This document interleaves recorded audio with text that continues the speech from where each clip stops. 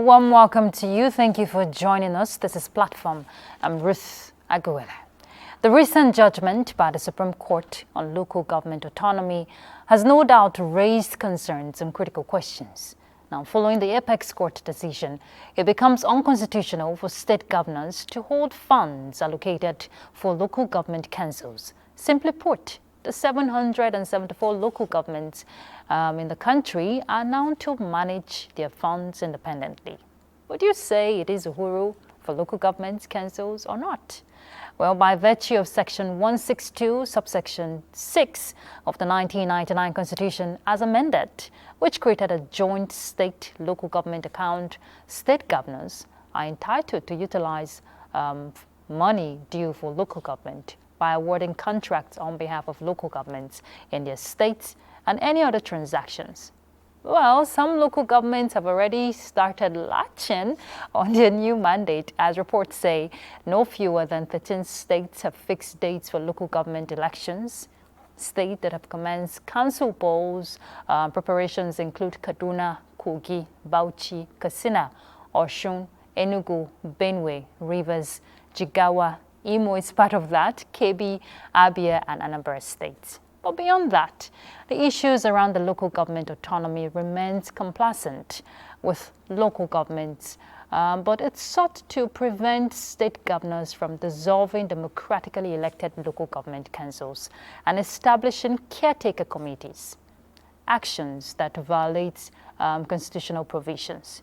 But how can both tiers at a subnational build synergy, for development of the state and the well-being of the people? On Platform, our focus is local government autonomy, matters arising.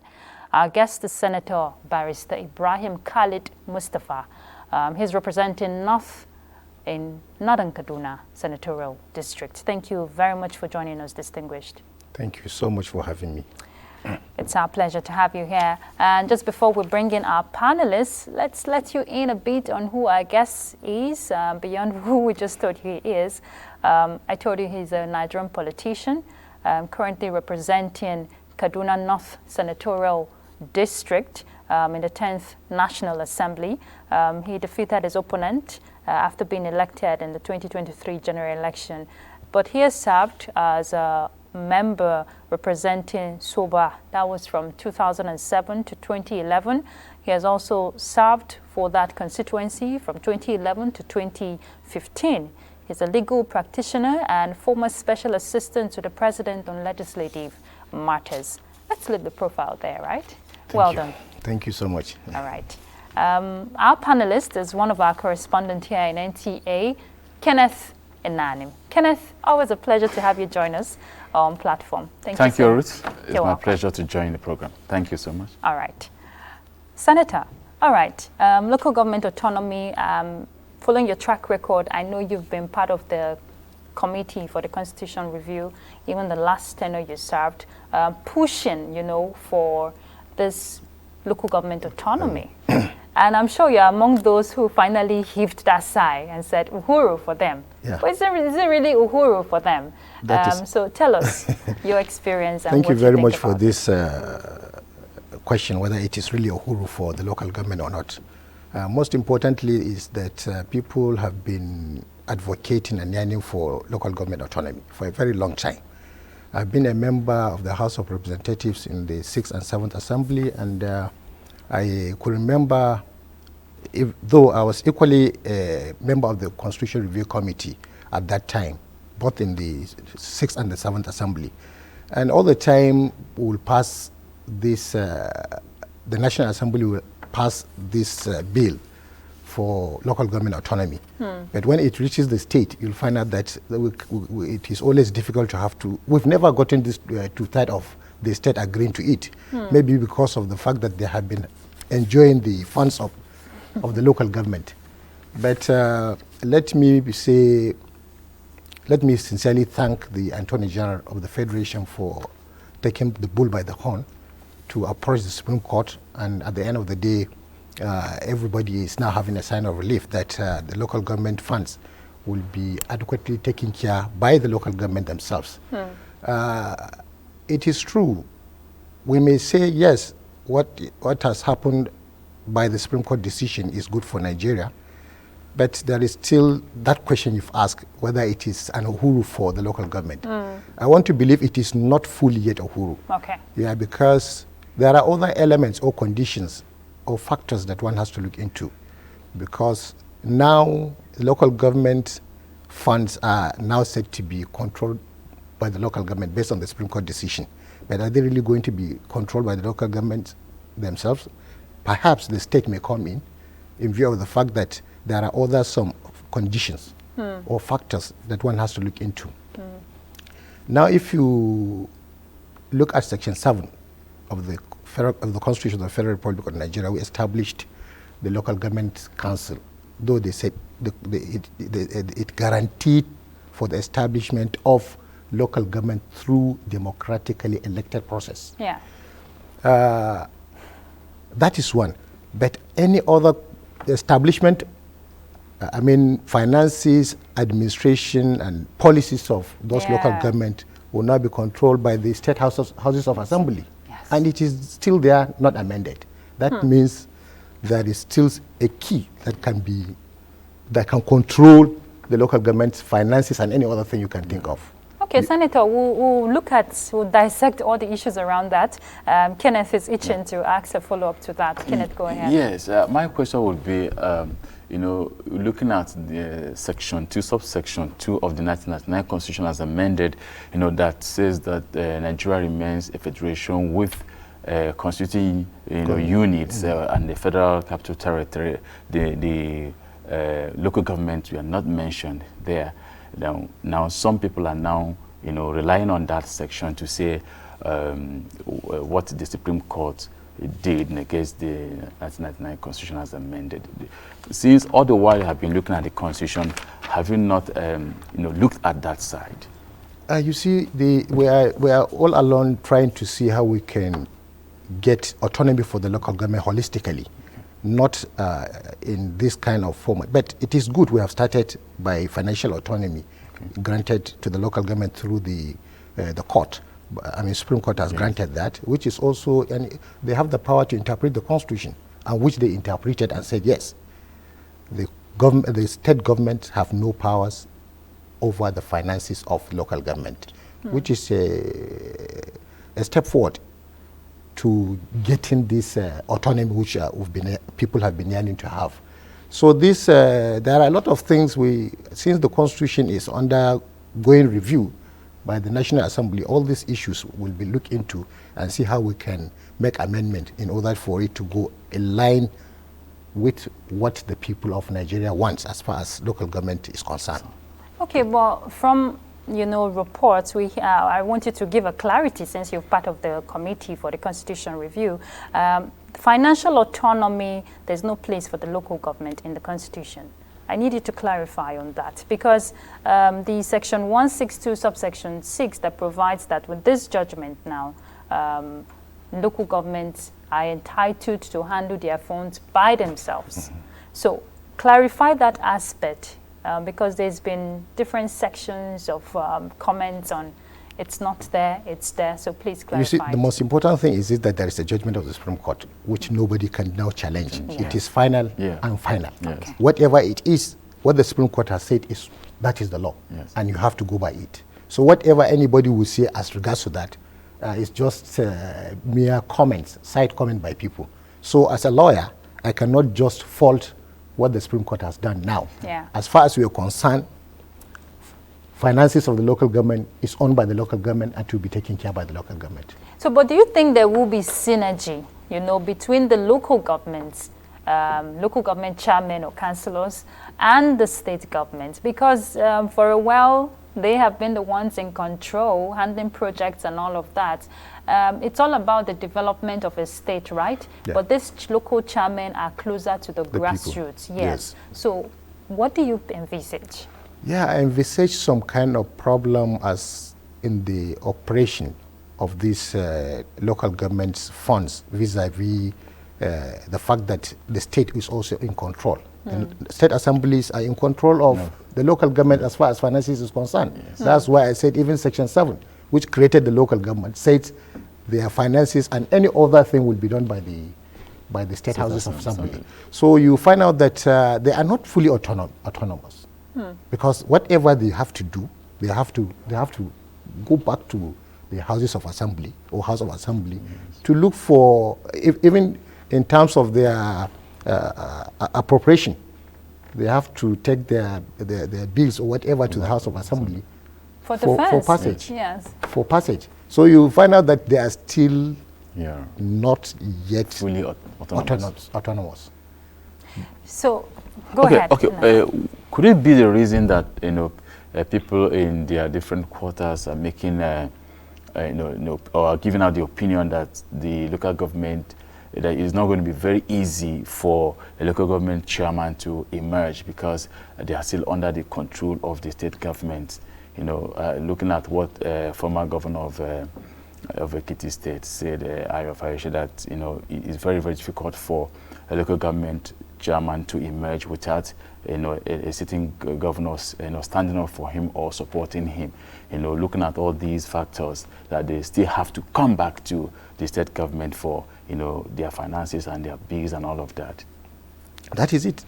It's part of the issues that one has to look into, because you cannot have local government autonomy without having or without scrapping state independent electoral commission, because the state independent electoral commission is fully controlled by the state. Yes. The governors are in control, and that is why you see this kind of election that is going on in the state. You'll find out the winner takes all. The state government in power or the party in power will clear everything from local government chairman up to the all councillors, and it's because they are controlled by the governors. So without scrapping the state independent electoral commission, that issue of autonomy will also not be fully implemented. But sir, is it part of the provisions of the new law now? Is it the new law now provide? Yes. Did it provide for elections to be conducted by the INEC instead of ISEC? No. This is a constitutional provision. Yes. Already CCOM, that is State Independent Electoral Commission, is part of the constitution, and you cannot scrap it without undergoing the process of constitutional review. So the only way it can, and except otherwise, if there would be serious agitations from the people, that State Independent Electoral Commission will be difficult to be scrapped because of the condition for the process of this constitutional review. Whatever you do in order to, whatever we do, whatever the National Assembly did, it has to be transmitted to the State Assembly for concurrence. Yes. And you have to have 2/3 of the total number of states agreeing to it. Yes. So, except if Nigerians come out boldly and say, look, governors, we are tired of this, we prefer a situation whereby Independent National Electoral Commission will conduct local government elections just the way other elections are being conducted. But the State Independent Electoral Commission is under the Constitution 197. Yes. So if they don't have the administrative and financial powers, let's put it that way, based on the fact that they're dependent on the state governors, how would they even ensure the credibility of the elections that will be carried out at the local government areas? That is it. That is the major problem, because the credibility of election into the local government areas is always questioned, because the finances, the appointment of chairman and other members of the State Independent Electoral Commission are being appointed by the governor. You would be surprised that most of them are card-carrying members of that political party. So where do you expect, transparency in the process of election? It would be difficult. Okay, so what are you suggesting? Because you are part of the Constitution Review. What are the aspects, is the committee now at the national level looking at for the review of the Constitution for the benefit of the local government? Thank you very much. In that direction, there are a lot of bills that are being sponsored by various members of the House, the National Assembly, both the Senate and House of Representatives, seeking for the abolishment of the State Independent Electoral Commission, and to allow for the Independent Electoral Commission, that is INEC, to conduct election into local government councils and then vis-a-vis the normal election that they have been conducting. So that is the only way you can have free, fair and transparent election into the local government council. And it is through that process that the independence of the local government will not be entrenched, and people will have a sign of relief that from whichever whichever political party you come from, so long as you have the support of the people, you'll be elected. But as it is, most of the state government, when conducting election into local government council, you'll find out even before the election is concluded, announcement has been made. Okay, so let me also ask this question, because some states, say they've not seen even the certified true copy of the judgment. So are they going to wait until they get it, or would they continue to, or would they begin to implement what is stated in the judgment, or since they claim not to have been served with the true copy, certified copy of the judgment? So does it give them a leeway to relax? No, you see, this judgment has been passed almost about 2 weeks ago. Yes. By now, I have the feelings and belief that every state have the certified true copy of the judgment of the Supreme Court. It's actually a week today. It's a week today. Yes. Okay. And you can see that by the Supreme Court decision, and in view of the fact that some governors want to show, yes, they are in agreement with that is why notices for local government elections are all out. We saw 13 states. 13 states now. Yeah. This is a clear indication that they are in agreement with what they have no option. It is a Supreme Court decision. You cannot go anywhere. Yeah. So what does this mean really for democracy, upholding the principles of it at the subnationals? Because we saw, just like what you said, Taraba State has already made, showed commitment for decentralization and empowerment of the local government in his state. Now that's just one governor, and we're seeing other governors still coming out with different opinions to this injunction by the court. But would you say this will help build that democratically system we're talking about, especially at the grassroots? Yeah, I want to believe that with what is happening, it will surely establish democratic system in subnationals and the state, in view of the fact that people are now becoming more aware and conscious of their rights and political activities as far as democratically elected representatives are concerned. So I think it is a very welcome development, and people are so happy with what is happening. Just like I've said, it is not fully Uhuru yet, but at least there is a sign of relief that something good is coming up. Yes. Okay, so yes, a follow-up to that, in the local communities, the traditional institution is one group I know that welcomed this development, and they say that it's going to help them to have to be properly situated in their domains, to discharge their responsibilities effectively, in as much as that they are still clamoring for their roles, powers and functions to be well mainstreamed in the Constitution. The Constitution. So do you think it's really going to pave way for them? Well, this is a very good thing, because when a local government controls its finances, it will do a lot of things for the people. That fund is meant for the community at the grassroots. That fund will assist in the development of that community. That funds will even assist in curtailing this crisis of insecurity that is going on in the country. Because when a local government chairman has funds available at his disposal for the people of that local government, you'll find out that when there is a crisis or there is an issue of banditry and what have you, he has the resources to take care of it without any problem.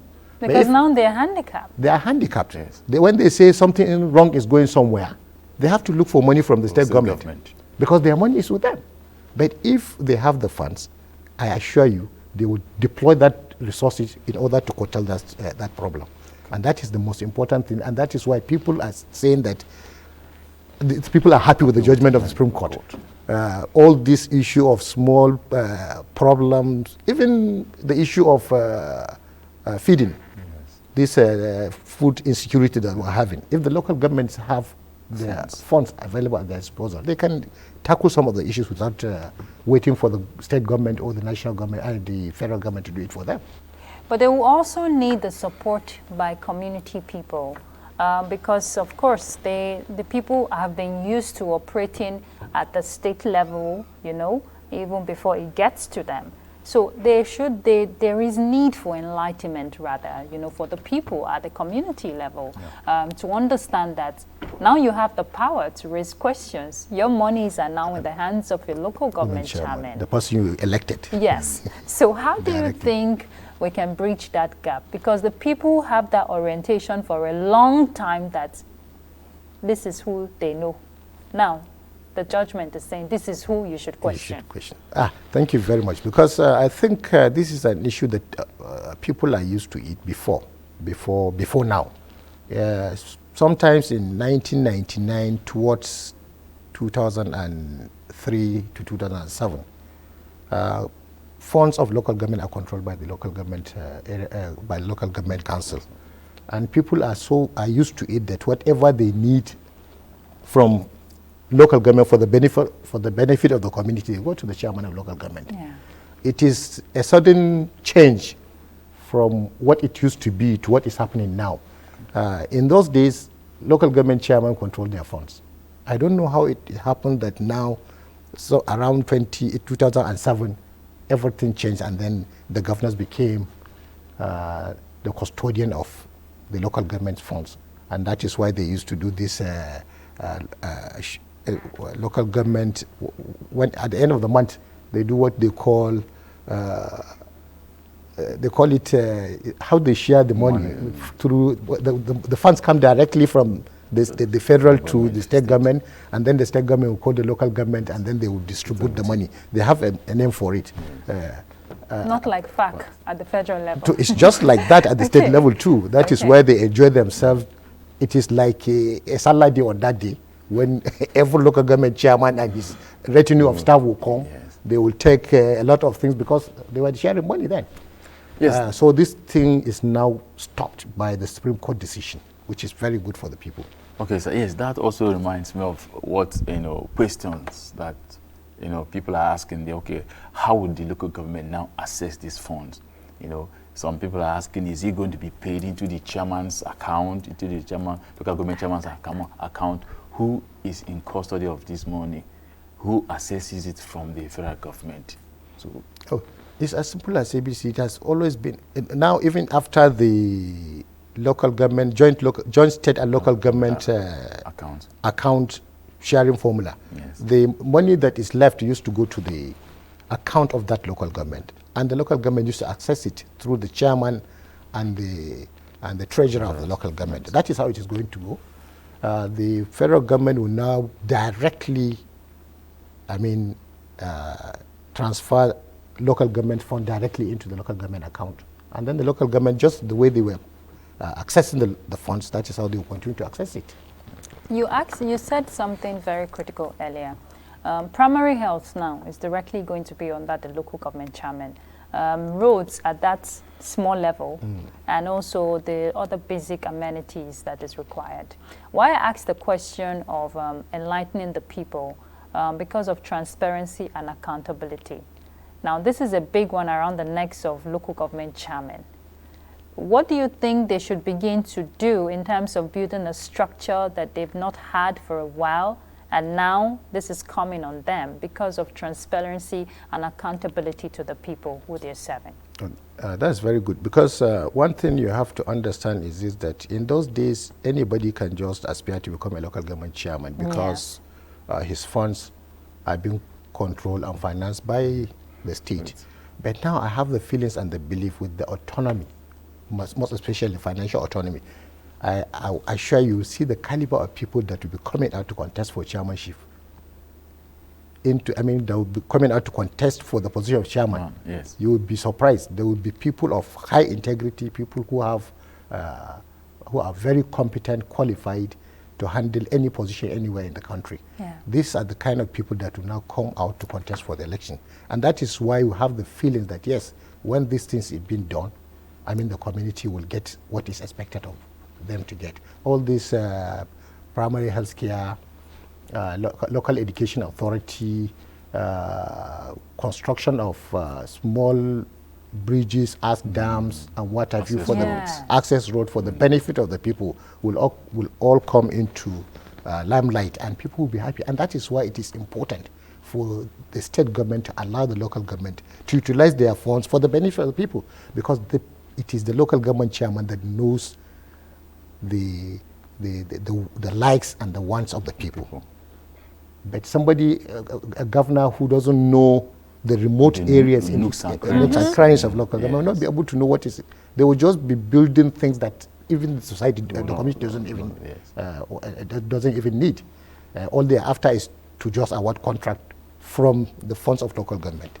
So I believe there will be sensitization by the local government, and also there will be sensitization by the elites of that local government, so that whatever comes, this is an era of social media. Yes. Anything that comes today, it will just be on social media. It will just you just see it on social media, and they will be, tracking this expenditure of all the things that the local government is doing, and then wherever they add, I assure you, you will see it tomorrow on social media that our money has been spent. That is if they are social media inclined at the grassroots. Now that's another provision that should be looked into to make available for them. But social media is not everywhere. Anywhere you go, I'm a politician. Yes. Anywhere you go, any remote village, there is somebody that is using it. It's true. So, okay. Senator Mustapha, do you believe that since the local government chairmen do not have immunity covering them, there's going to be a kind of check? Because this is also another argument that since governors have immunity, sometimes they tend to, behave the way they do. Some of them, mismanage funds and all of that. But because local government chairmen, they don't have immunity covering them, so it will be a kind of check for them to be cautious and conscious of the way they spend the public funds. They don't have immunity, but they are being checked by the State Assembly based on the constitutional provision. They are also being checked by the councillors based on the laws establishing that local government, because it is the state houses of assembly that now make regulations for the functions and duties of the local government, elected local government council. So I think that issue, and that is why I always say it is not yet a whole, because they are still being controlled by the state.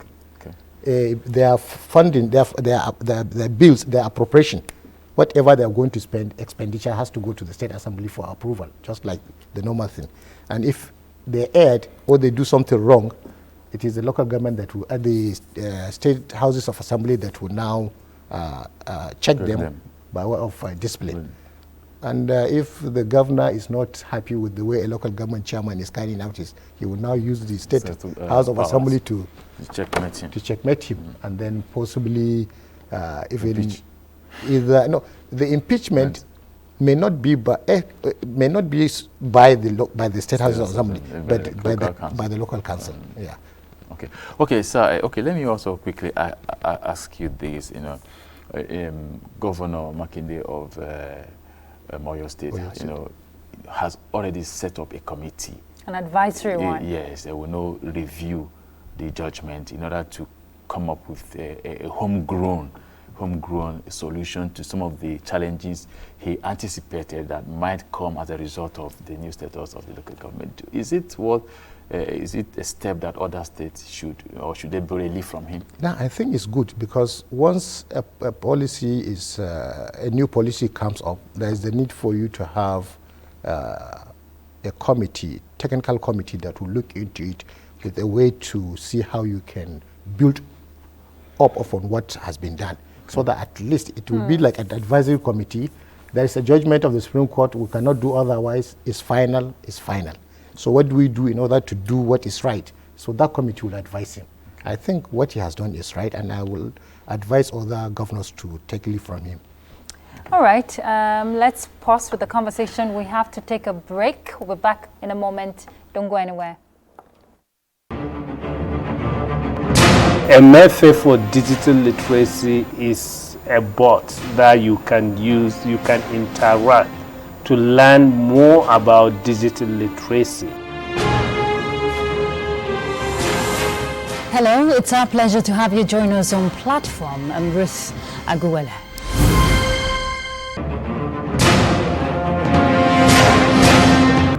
What is the yardstick for measuring everybody's moral integrity? It's critical at this point in time. How daunting has that been for the Institute in getting them abreast with all the legislative procedures? The fact remains that one training workshop is not enough.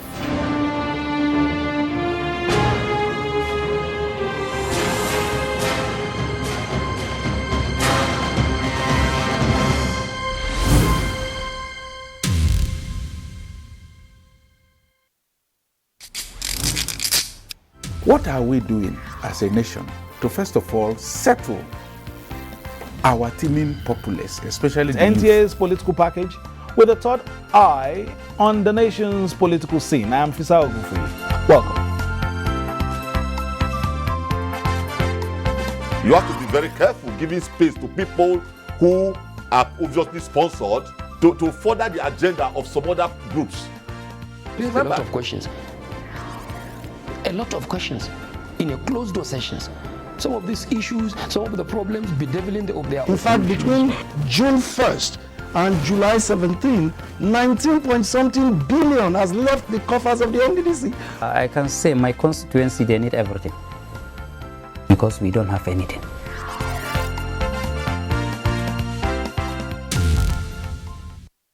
All right, thank you so much for staying tuned. The conversation is on local government autonomy, the matters arising.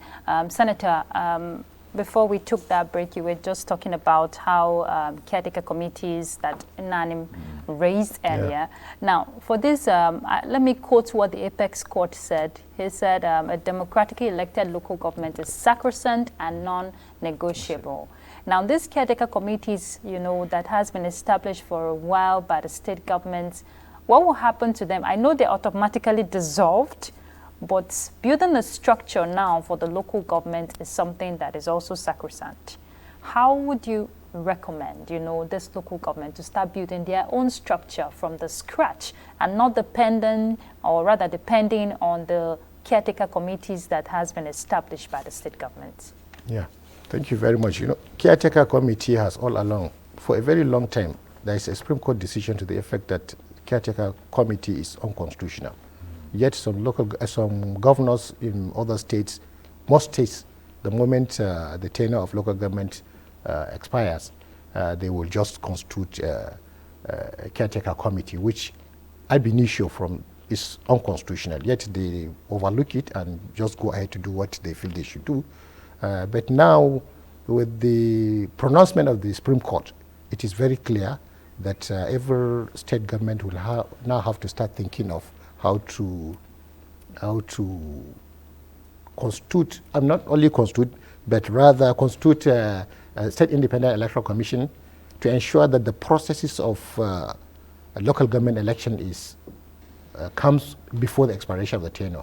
And that is a very good thing, because people will now believe in the democratically elected local government, just as established by the Constitution, because the Constitution clearly states that local government is guaranteed through democratically elected council. So I think what is good is for the people to be now aware that yes, things are no longer the way they used to be. Once it is some few months to the expiration of the tenure of local government council, there should be in place a process for the election of democratically elected council that will come to take over from the one that is going. So it is a very good thing. And I hope and pray that all governors will heed to that and ensure that democratically elected local government council is entrenched, since it is a constitutional provision. Okay, so I would want to know, why is it, or why has it not been challenged, knowing fully well what the Constitution provides, regarding, the powers of local government chairman? Why is it or why is it not, or difficult, or why has it not been challenged before now? Challenge the state governments. Okay, since the constitution says that the local government must be democratically elected council, then the state government overlooked that section of the constitution and constituted their own caretaker committee. So why didn't they challenge it? No, it is not that it is not being challenged, but rather it is not being enforced. I could remember Katsina State, when Masari came, he dissolved local government chairman, and they took him to court from the Federal High Court up to the Supreme Court. Okay. There was a judgment to that effect, that local government council should be through democratically elected process. Even in Kaduna State, we did the same during El-Rufai. Okay. El-Rufai dissolved local government council and then come up with a caretaker committee. It was challenged, and we got judgment to the fact that there should be a local government election. And so many other states. The fact that it is there, only that the problem we're having is enforcement. And the governors used to overlook whatever judgment you get from the courts. And that is why you will find out that it is only now, with the serious pronouncement, together with this local, financial independence guaranteed by the Supreme Court. That is why now it is becoming an issue, and the governors are now trying to see that they do what they can to ensure that democratically elected local government councils come on board. But before they are aware of it, there is a judgment of the Supreme Court, but the fact that it is not enforced, it is not being followed through this process. This time around, it is the government of the day. Yes. It is the government that took the matter to court. Talking about renewed hope. Talking about renewed hope. It is the government that took the matter to court, not individual. Exactly. So the Attorney General took the bull by its horn and approached the Supreme Court, which is very good. And I believe it will continue like this. If it continued, you will find out that things will go the way people want. Senator, this is all part of repositioning the local government administration. And just as a way of showing proactiveness, like you said, we hear 13 states want to set up their own election at the grassroots. But why is the number less than what we're expecting? Because local government elections have not been held in a lot of local government areas across the country. No, you see, there are some states that have already had their local government election. And if they have had, there is no need for them to now come up with a notice of local government election.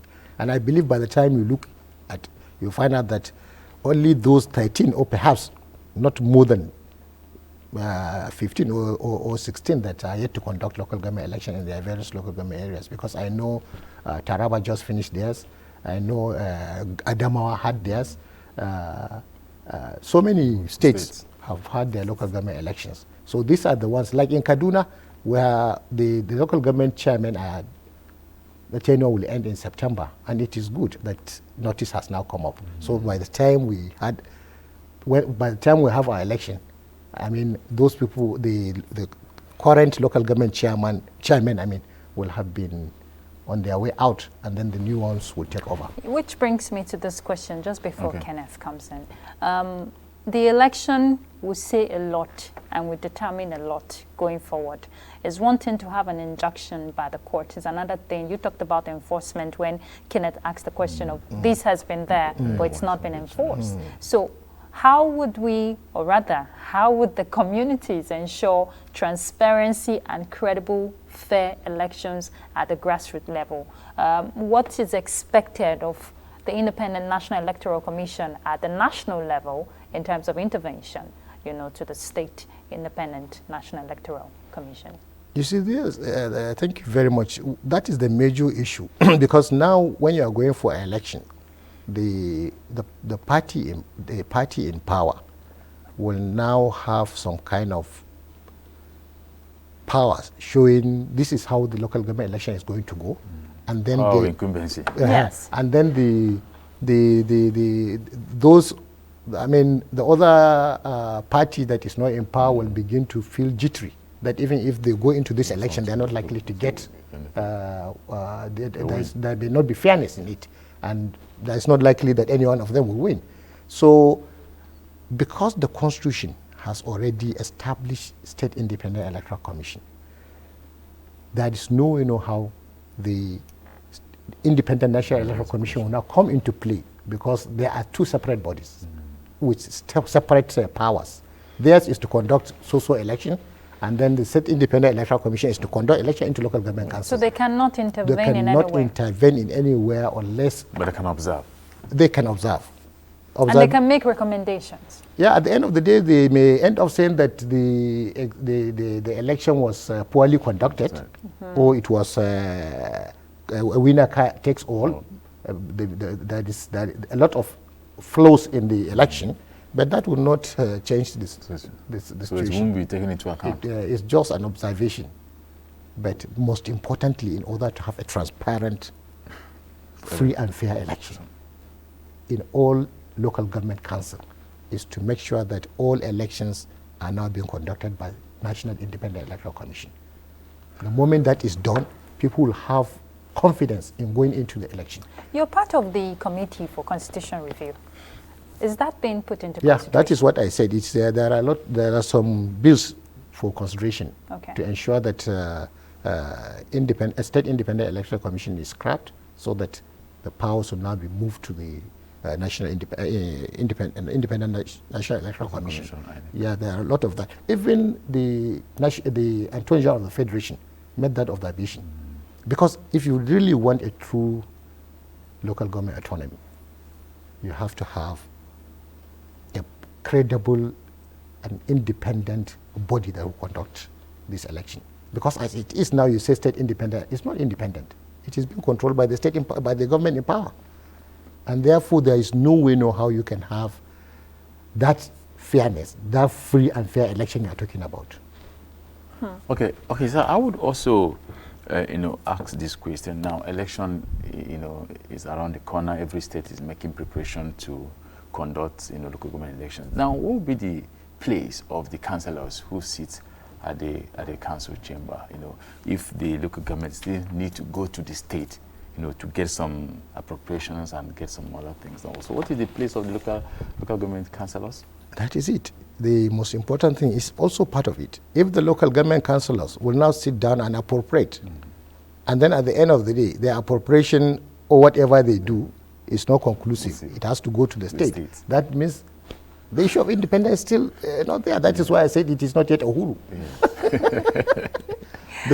Because they are there. Their function is to act as a legislature for the local government council. But they don't have that power to do what is expected of them to do. At the end of the day, they are just there to monitor projects and only to monitor projects, maybe to come and stay in the local government council. After a while, they go back. They have nothing much to do, because it is not truly a third tier of government, local government. If it is a third tier of government, that means the councillors that are there will have a function to perform. So, this is really dicey. But I want to also look at the role of community leaders, at the community level, what role they can now play. I know they are always at the advisory when it comes to advice and, for things to go well in a state. But what role can they play in all of these, especially sensitizing the people?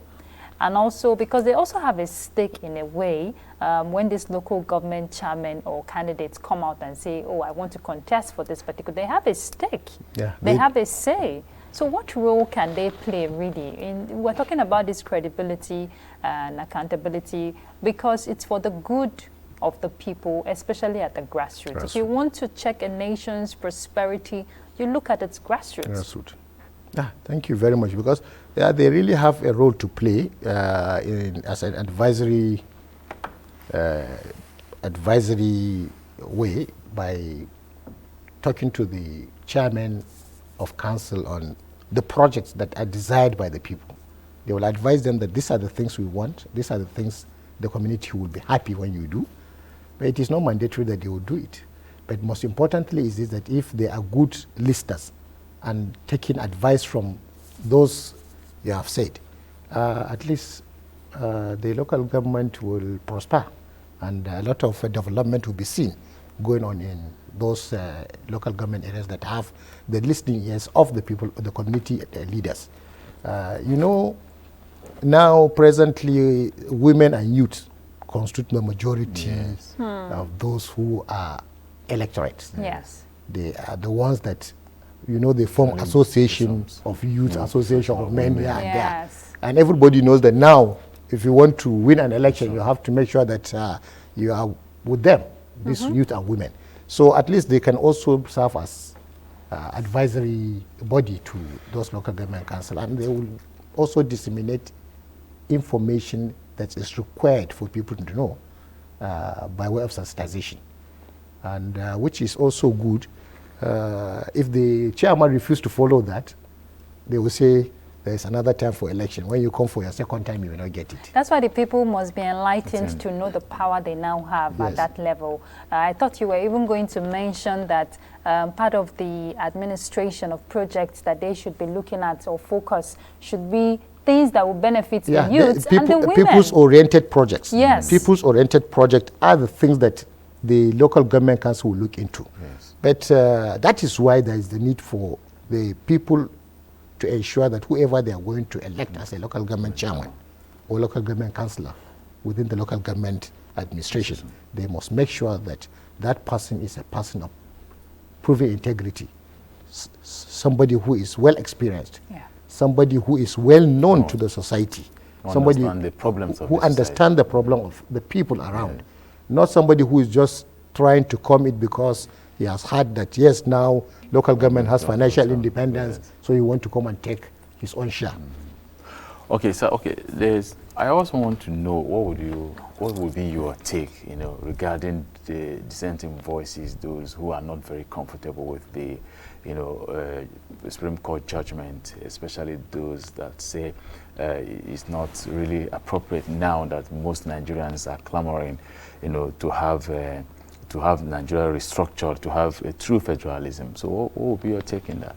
Well, I have the feeling that people should understand the system of governance. People should understand what local government is all about. People should understand that local government council is the council that is directly to the common man. Because when you leave your home, you can, within some few minutes or less than an hour, you can find yourself in the local government council. And if you have any complaint, you can always come to local government and air your own complaint or grievances.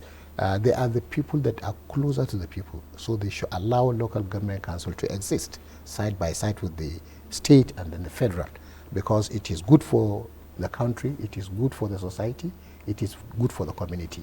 And thank God now things are getting better. The agitations by the local government employers and then the ALGON is now coming into reality, because these are things that people have been fighting for, local government autonomy. And now we have started seeing the result with this financial autonomy. By the time all the other aspects that would make the local government to become fully autonomous, even stronger, even stronger, people will benefit from that agitations and yearnings and aspiration of the people, especially the ALGON people and then the employers, National Union of Local Government Employees. Okay, Senator, just before we round off, let's hear your final thoughts to this issue. Yes, it has come to stay. I'm talking about the local government autonomy, but like you said, strengthening administration at the local governments is something of importance. So what do you envisage going forward, especially as state governments are beginning to key into this? Yeah, I envisage a truly and transparent local government system where people, just like I've said, will benefit from the local government administration, where people would be happy that yes, this local government autonomy has is now a reality, and we're happy that at least people will benefit from it. Indeed. Inanim, I know you have a question, but we have to round off this question, this interview. I don't know. Okay, quickly. Very briefly. Yes, briefly. I would want to Senator, ask, you have to answer that in a few seconds. No yes. Okay, do you envisage any challenge that these autonomy may cause in the local communities, in the local government? Are you envisaging any challenge that may come as a result of the autonomy, so that the local government could plan ahead of it? Yeah, the only challenges, like I have said, is with the people. Okay. With the people that are now aspiring to become local government chairman. Okay. The moment their interest is on the finances of the local government, that will be a challenge. Okay. But if it is their interest is on the people, then there's no challenge. All right. We want to thank you very much, Senator Ibrahim, Khalid, Mustapha. Thank you so much for your time on platform. Thank you. And we wish you the best as that review talking about for the Constitution is in progress. We hope it will be for the benefit of all Nigerians. Good. Inshallah, it will be for the benefit of Nigerians. All right. Yeah. Inanim, Kenneth Inanim is our correspondent here in NTA. Thank you so much for your contribution on platform. Thank you, Ruth. All right, the conversation has been local government autonomy and the matters arising. I'll just take you back to the basics. They said democracy is for the people, by the people, and for the people. At any level, the people must count. And that's platform. I'm Ruth Aguwele.